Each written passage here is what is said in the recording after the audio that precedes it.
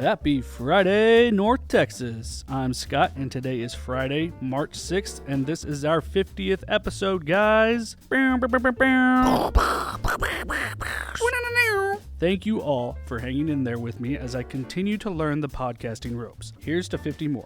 In the meantime, we've got a great episode on tap with our very own Mean Green Olympian, Kellie Delka. But first, we've got some news to know for our UNT community.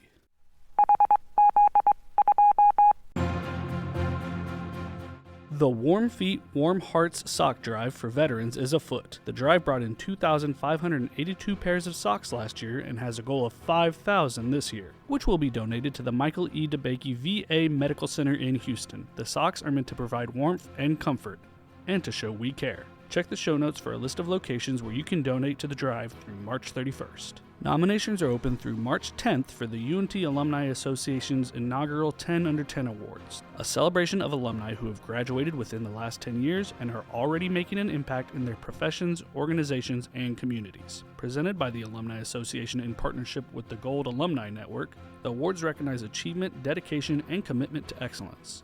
Check the show notes for links to submit nominations or to reserve your spot by April 3rd for the April 17th awards ceremony. Tickets are $40 or $300 for a table of 8. The final days for graduating UNT students to purchase a class ring for it to arrive in time for the UNT ring ceremony and Eagle Ring Dive are coming up March 16th through 19th. Owning an official UNT ring is a reflection of your unique college story and a connection to your alma mater. Undergraduate students who have completed 60 or more credit hours and graduate students with 15 or more credit hours are invited to participate in the UNT ring tradition. Celebrate your academic accomplishments and your lifelong connection to the Mean Green family with your special ring.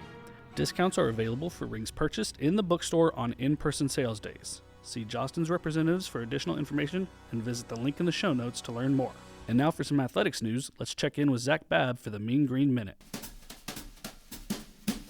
Mean Green men's basketball wrapped up their season with a 62-58 come-from-behind victory over the Rice Owls. The Mean Green were down by 17 points in the first half, but rallied to complete the comeback victory. They were led by David Terrell Jr. and Jayshawn Stevenson, who each had 15 points, while Josiah Shackelford added a double-double with 11 and 10 rebounds. The Mean Green are off until the beginning of the American Conference Tournament.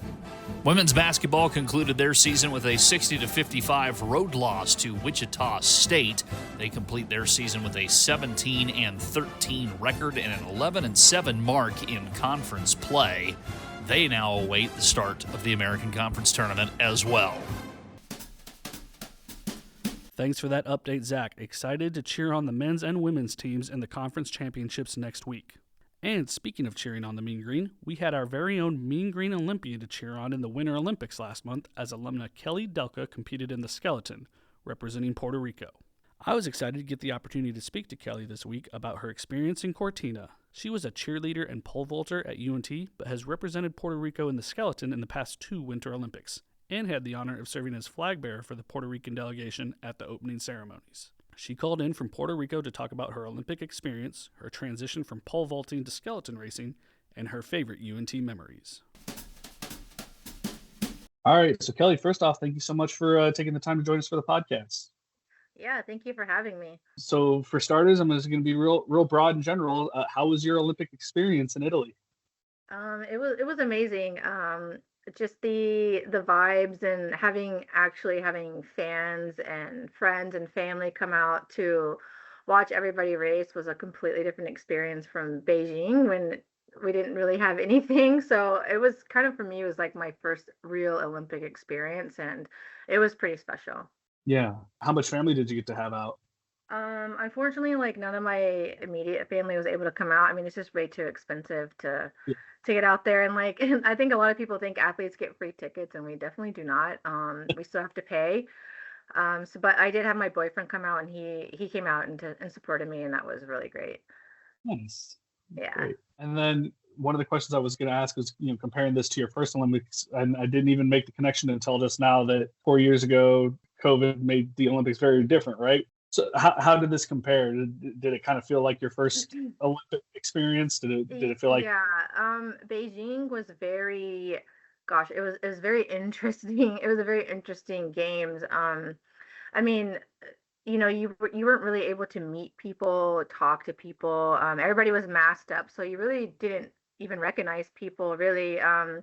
So like in Italy, it was really nice to kind of see people just being more relaxed, more chill. Like the vibes were like, it was a really good experience because I actually got to meet people. I got to talk to people. People like, hung out like in the common areas. And so it was really nice to see just a very, it was like night and day because like Beijing, you kind of felt like you were in a prison because there's like all these rules and regulations, what you can and can't do. In Italy, it was just very open and very flowy and like calm, and I appreciated that very much compared to Beijing. Yeah. Did you stay in the Olympic Village? Yes, I did. So there was multiple villages. I'm not sure if you were aware of that. It was the most spread out Olympics in Oh, history. So Milan had an Olympic village. I was 5 hours north of there of Milan. I was up in Cortina. mm, We probably had like Cortina and Milan had two of the biggest villages, so our village was still pretty big. And mm. then you had like all these little other villages kind of scattered throughout the mountains that really only had one sport in each of them. So I bet their experience was probably quite different from everybody else's as well, just being in a village with one sport. Yeah. And then you mentioned getting to meet people and everybody just being able to hang out more. Were there any sports or events or any athletes that you were really excited to see or meet or anything? Well, like in my village, it was all sliding sports. So it was like skeleton, luge, and bobsled. And then we had curling was actually at our village and downhill skiing. But teams and other people do stay off site. A lot of people don't stay in the village as well. So the people who are there are kind of the people I already kind of see already like in on tour, right? Because like I am in sliding sports, so I kind of see those people in the same areas when I'm traveling. So I didn't really like get to meet like anybody that I've like, yeah, I didn't even really watch the games. Like I haven't seen anything. So I mean, we don't have TVs or anything in our room. So you are very much doing your own thing and you don't really realize the Olympics are going on, which is kind of odd. Yeah, you're kind of just locked into your specific event Yeah, and yeah, everybody's kind of doing their own thing. So it's kind of interesting because I'm like, dang, I really wanted to watch the games, but I don't really have any way to watch the games when I'm there. it's fun. What's it like? So, obviously you go through qualifying and all that kind of stuff leading up to the Olympics, but once you get to your first run in the Olympics, Mhm. is there like tangible difference in terms of, feeling the pressure or anything?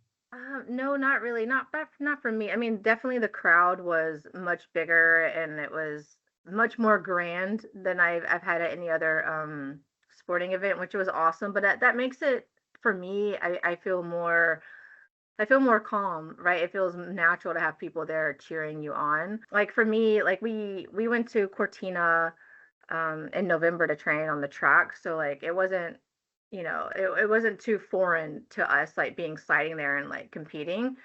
So for me, like yeah, like I didn't really have too many nerves really. Like it's interesting because like there's other races that you're like really nervous about, obviously because you're trying to qualify for the games. But once you get to the games, it's more there. I mean, obviously you want to have like the best performance you can, but it's also like, you know what, like I made it and now I'm here and now it's time to like have fun and do the best that you can do. So for me, it was more like fulfilling that dream again and like proving to myself like, hey, I made it again. Now let's do this. Yeah. And then I wanted to ask, what was it like for you getting to be the flag bearer for Puerto Rico in the opening Yeah, ceremonies?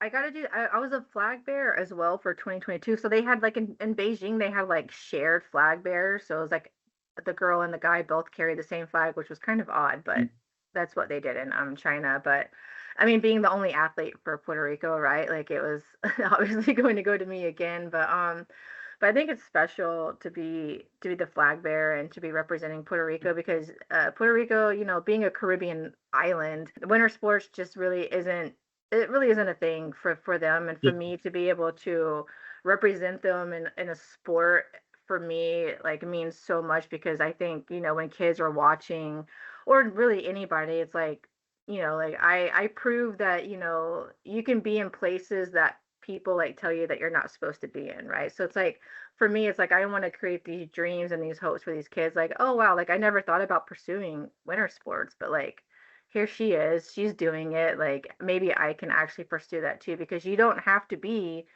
and you don't have to live in the winter to do winter sports. Hmm. So for anybody who's not familiar, I'm sure you've told this story a bunch of times, Mhm. but you mentioned winter sports being not as big in Puerto Rico. How did you Yeah. come to represent Puerto Rico in the skeleton? Yeah, I feel like it kind of happened by chance, a little bit luck. I was approached by I had a friend who had met with the Winter Federation at a prior Olympics, I think in Korea, Pyeongchang, and he was like, "Yeah, like I kind of because they obviously they had a very small. There's only one athlete, I think, for them was a downhill skier, and they're like, yeah, they're trying to build their winter federation, and like maybe you should like look into it, like because I mean, it for me like that would be like a dream come true. I've always been like such a summer beach person, so I kind of took up that information, and my parents and I flew down to Puerto Rico in 2018, and we talked with the Winter Federation and like kind of like what their goals were and like trying to get more representation to try to like build it up. And I basically was like, I'm down to drop everything and move to the island and live here and represent, in the most authentic way I know I can. And I've been here 8 years now, and so it's crazy that the time went by so fast. But I mean, I've been enjoying every second of it. Yeah, that's awesome. Yeah. I'm curious about the art design on your helmet. Is there any significance to the flower with the eyeball in it? Yeah, I mean, it doesn't go too deep, I don't think, but yeah, it definitely represents like the third eye for sure, Yeah. kind of guiding me, and then like the flowers on the side are like the same colors like of the chakra, and there's like a little bit of symbolism there, but also I like beautiful artwork as well, so it's kind of like a mix of both. But yeah, I definitely really love how it turned out. I had that same helmet for the last Olympics, so it's thankfully like I've never hurt the paint job sliding, but my Yeah. sled artwork was really beautiful as well. It's just you don't really see the bottom of the sled so much as you do as the helmet. Yeah.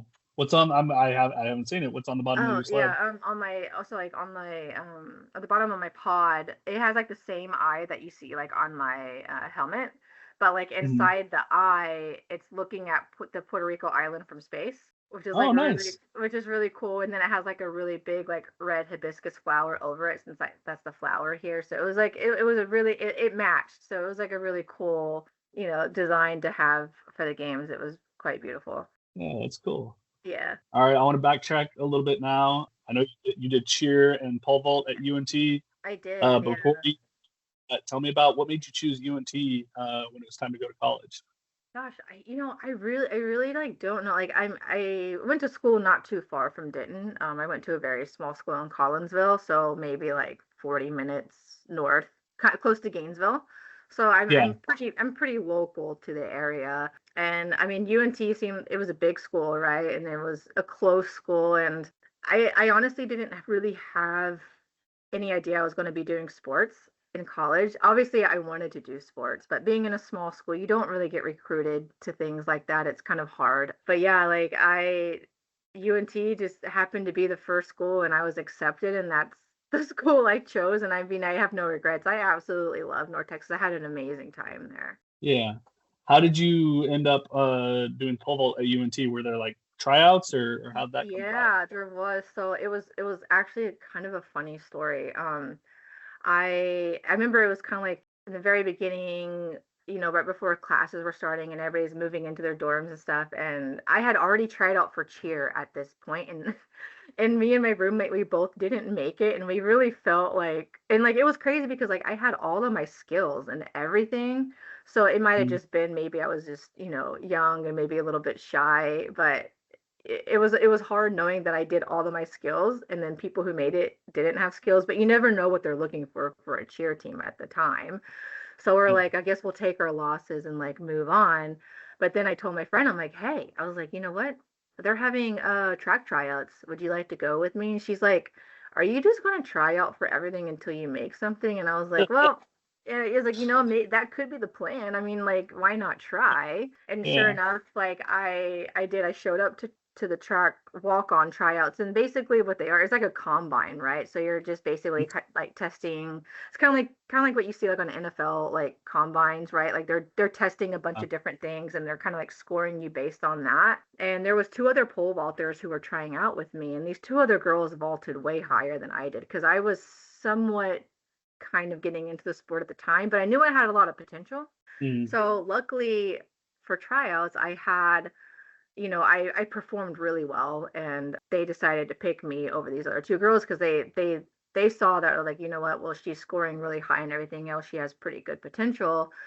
And so, like, as a walk on is definitely like weird territory because you definitely feel like you have to earn your spot, and you're kind of like scared. You're like, oh my God, am I like on probation? Like, are they going to kick me off? Like, you don't really, it's a weird feeling being like a freshman in a walk on. But luckily, like, it all went well. And then in outdoor conference, I had tied the school record for pole vault, and then ended up giving me a scholarship. So I ended up doing really well, and it was nice to have my, to prove myself, and like, it was a really good time for me. Yeah. And then you did your degree in kinesiology, right? I did, yeah. Has that, just having that kind of understanding of, the human body mechanics, how that works, has that kind of, impacted you or kind of stuck with you as you've gone through Olympic training and all that? I mean, I think a little bit. I mean, I think it's, as an athlete, you kind of already know that without maybe like the book knowledge so much. Obviously, like, college and like the classes like help you on the basic understandings of all of that. But I honestly wish I had done something different. I think when you're older and you're like, oh, maybe I should have like majored in something else, because like obviously sports are my life and I love sports. But I think when you get older, you realize that your interests change, because it's like everybody's like, oh, you should be like a coach or something. And I would totally do that on the side for sure because I love working with kids. But at the same time, it's like, I do have other interests, and that you never really pursued those in college because you're so into sports that you don't really tap into these other areas that you like. So now I'm kind Yeah. of finding out like, oh man, I kind of wish I maybe would have done something a little bit opposite. But I mean, all in all, like, I think it was like a good combination for me to get to where I was. Yeah. Going through that degree, were there any professors or classes that had a lasting impact with you or stuck with you? Yeah, I believe his name was Dr. Goodwin, and he was a motor behavior. I don't know what it was about that class, but I did really well in that class, and I thought he was like a phenomenal teacher. I definitely There was just something about him as a teacher. I think he was really passionate about teaching, and he made the class very easy, at least like for me and maybe like my learning style. And I actually still have all of my notes in like binder from his class actually, which is funny.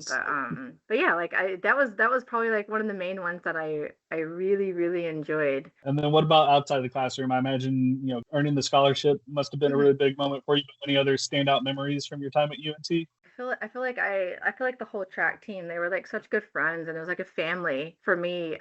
Especially coming in from like a really small school. I had no problem adjusting to a big school, and I think the track team was a huge part of that. Just having like it's kind of like my new class and my new family was the track team. And I had so many good memories with them because I mean we basically like I mean we did everything together. You end up kind of having like some similar classes, like class schedules, and you're just practicing all day. You're like together on the weekends. So like for me, like being with them and kind of like growing and getting better at our sports together, and then graduating. I think it's awesome to be, with these people through all 4 years of your college. But yeah, track, I wish I could go back and do it all over again. I absolutely loved it, and I would honestly give anything to be part of like a big team like that. Being an athlete like me, like being on my own, while there are pros to it, like the cons are that you don't really have that team camaraderie. You don't have like the coaches like to hang out with and like talk about like certain things. So there are things that like I truly miss from my time at UNT, and I definitely look back on those all the time. Yeah. I'm curious, you mentioned, as you get older, you develop new interests and stuff. Yeah. If you could do it again, or if you could come back and get a second degree, what are you going for?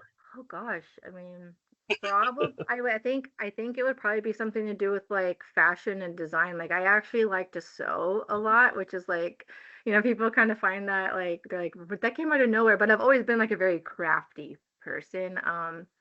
So I think I would really like to learn, maybe more like the fashion world and like, more technique. I think fashion is like a huge part. I think it's a huge part of sports as well. Like, I mean, you see it all the time, right? Like the opening ceremonies is basically like a fashion show with all of Yeah. these brands, like, so I have a fun time watching that. But it's definitely something I would really love to go back and pursue something in fashion because I mean, I definitely make all my swimsuits and everything here on the island, which is, being on the island making my own swimsuits, you can't beat that. So, That's cool. yeah. And then, so just competed in your second Olympics. Obviously, a huge accomplishment. But what's next? Are you targeting France 2030, or what do you Yeah. think? Yeah, actually I am. Obviously like you take year by year, but I feel like the best I've ever felt in my career. I mean, I came into this season in the best shape I've ever been in because like over the years, right? Like you're training by yourself, you're doing everything and you kind of get stuck like in this, you get stuck in these routines and I remember at the last year at the end of my season before the winter games, I wasn't really happy with one of my performances on a home track and I feel like, the universe was trying to tell me, like, you know what, you need to change everything up and just focus on you. And that's exactly what I did. I changed everything. I mean, I dropped some weight and I got into the best shape I've ever been in my entire life. And because I like that's the one thing I can control is me. The things that I Mhm. can't control, right, are like the funding or like, having teammates or having the best coaches or having the best equipment. Like money is always an issue for not just me, but like all athletes. You see a lot of athletes, struggling with sponsors and everything. It's definitely been like a known thing for every athlete, not just me. Yeah. So for me, I was like, you know what, if I'm the best version of myself, then I know I put everything I could into the sport, and I think I did. Like my races were so good. I know a lot of people are like, oh, but did you win a medal? And it's like, it's not, the games for us is like obviously who doesn't want to win a medal? Everybody wants Yeah. to win a medal, but when you're going into a sport like mine where it's like Formula One, like we kind of know who the medals are going to before like the race even starts, right? Like we know who has $1 million set aside for the equipment and who Mhm. doesn't. I think there's a lot of things about my sport that like people can't see from the outside, and I think that's okay because like I still put down like four amazing runs and like I don't regret any of it, Yeah. but I think a lot of people don't realize like how crazy insane our sport is when it comes to the little things, when it comes to like the knowledge and like the equipment and the coaching. Like it's really crazy like how much funding is put into some of these really big programs and like how much money is like, I mean, some people, like some teams speed suits, like each person's speed suit individually costs $10,000, so like the money that they're putting into like to these like little parts of the race is like, I think more than people could really ever imagine. Yeah. I think those are all the questions I have. Is there anything, whether it's your Olympic experience, your UNT experience, anything we didn't touch on that you'd like to talk about? I don't think so. I mean, obviously, I love UNT very much. I try to go back to like to homecoming if I can. Sometimes that happens to always be during my season. But I thought also it was really cool for me because I cheered about a year and a half. I actually had stopped cheer during one of my seasons to go pursue skeleton, but Okay. I've cheered the last year of Fouts and the first year of Apogee Stadium. I know that it's a different name now, but I Yeah. always thought that was like a really cool transition as like an athlete's like, because Fouts Field was like that was our home for track, so it's sad to see it go. Yeah. Yeah. For sure. Yeah. Aside from Foutsfield, when you think about UNT, like maybe not a standout memory, but like what buildings do you go back to in your mind? My first dorm was Kerr Hall, and I was Uh-huh. in I was in B Hall in 428 B. I remember like the exact same.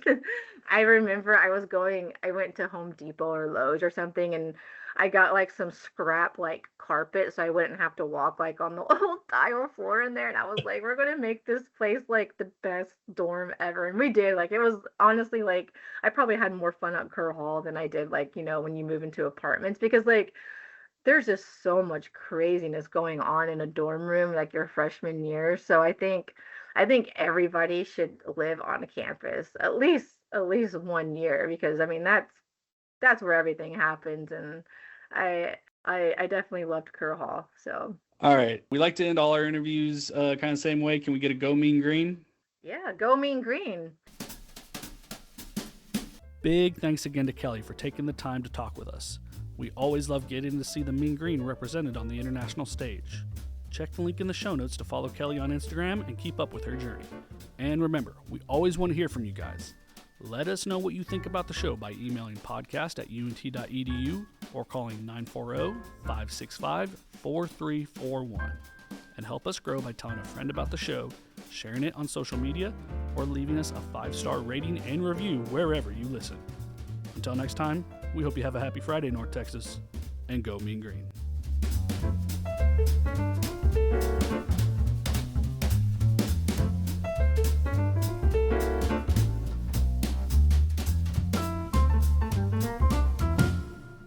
Happy Friday, North Texas is a production of the University of North Texas. Today's show was produced and edited by Scott Brown with original reporting by Scott Brown. For more information, visit unt.edu/podcast.